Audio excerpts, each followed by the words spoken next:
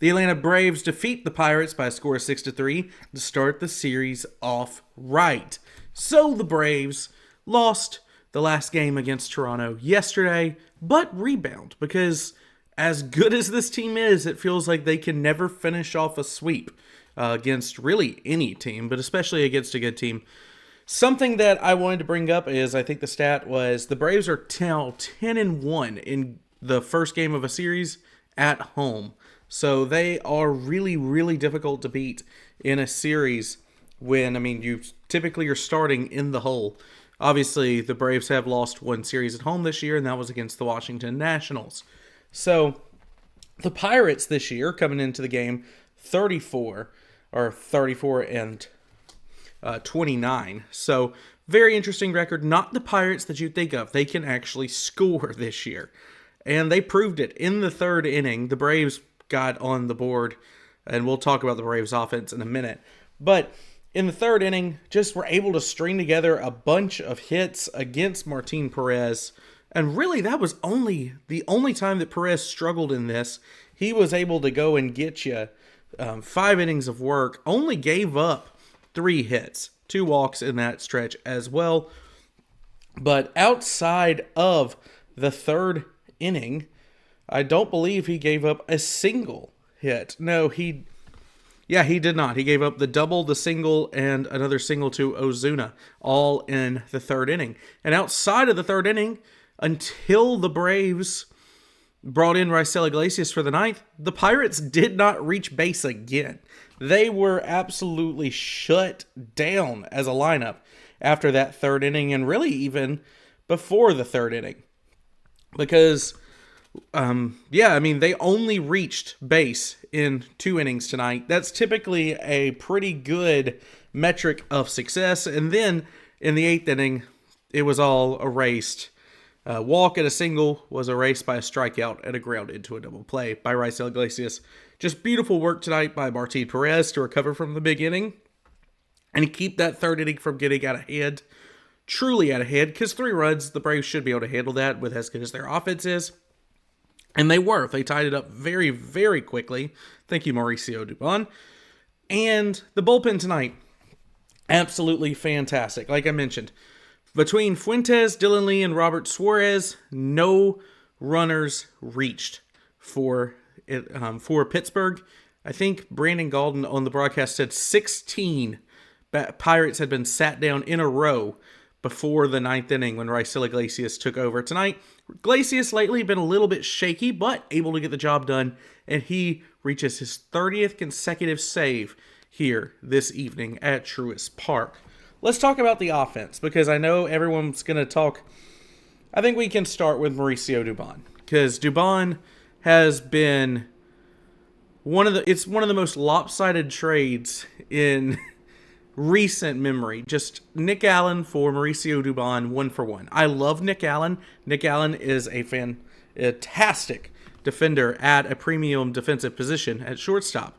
However, he is not Mauricio Dubon. Dubon can play everywhere on the diamond, and he is giving you at least league average, if not slightly above average at-bats right now. And I think his home run at-bat, so this came in the bottom of the third with the Braves trailing by 2. That at-bat showed exactly why Mauricio Dubon is on this team. Because if nothing else, even if that at-bat doesn't turn into a home run and the Braves don't tie the ball game right then and there, this would be just an annoying at-bat for Mitch Keller. So, right away, called strike on a slider that just got into the zone, and then fouled off a sinker. After that, takes the sweeper, fouls off 2 pretty decent pitches, the sinker and the four-seam fastball, really just trying to get him to do anything. Keller kind of nipping at the edges. Both of those were most likely balls, and I'm looking at the StatCast now. They were definitely balls, but Dubon just trying to poke a ball into right field with Ozzie Albies on, and it results in a terrible pitch by Mitch Keller because he made him throw an extra pitch. He didn't use the curveball the rest of the at-bat for a reason, went to it, hung it. Dubon put it in the seats 405 feet into the left center field bleachers there. So 101 off the bat for Mauricio Dubon. After that, this game was tied at 3. And the reason that it was tied at 3, we could talk about Atlanta's first run in this game. I thought there was a very interesting scenario. So with 1 out and 2 runners on, Sandy Leon just didn't swing.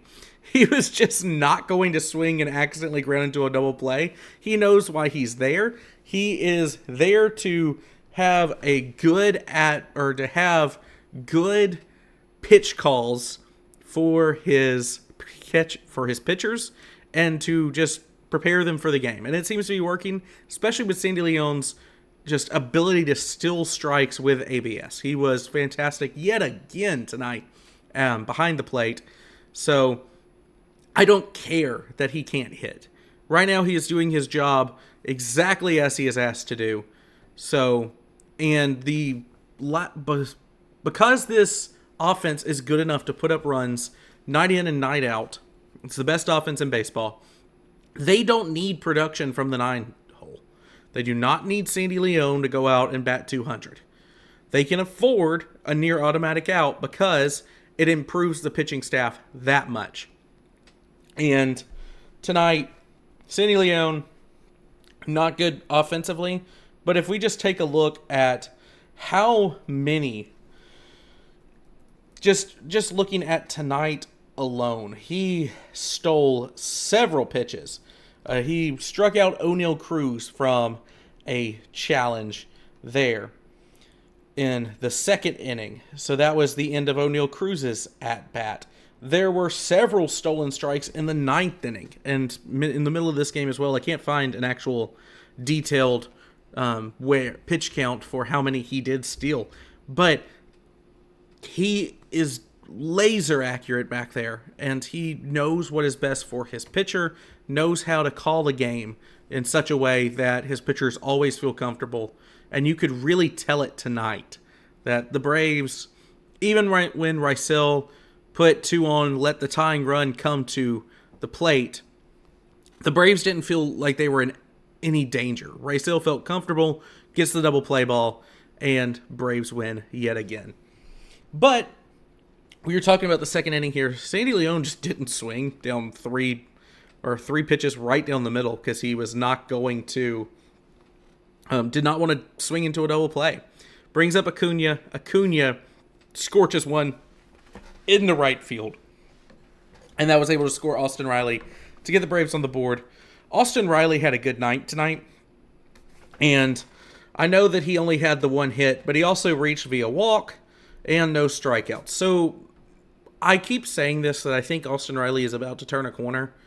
But something has to give with Austin Riley. Eventually, you feel like he's got to put it together. So, he's been bad, but he had a good night tonight. The hit, of course, a double, and he walked to get on for Acuna in the 2nd. The Braves win this game, though, because I told you before, Dubon tied it at 3 because of the Riley's run in the 2nd. In the bottom of the 5th, Mauricio Dubon, once again, a double that was just absolutely scorched. Just 97 off the bat, and he was able to get to 2nd, and that was able to score Michael Harris, because Michael Harris, speed on the base paths, absolutely gets it done. Dominic Smith hits a sac fly to get Matt Olson home, and Austin Riley was able to score Dubon after just a fly ball over O'Neal Cruz's head. Not the best defender out there. So Austin Riley, it's a little bit of a high launch angle, maybe not what you want to see for a home run ball, but if you can just get Riley hitting the ball gap to gap, doubles, singles, he'll eventually put together that home run power for you.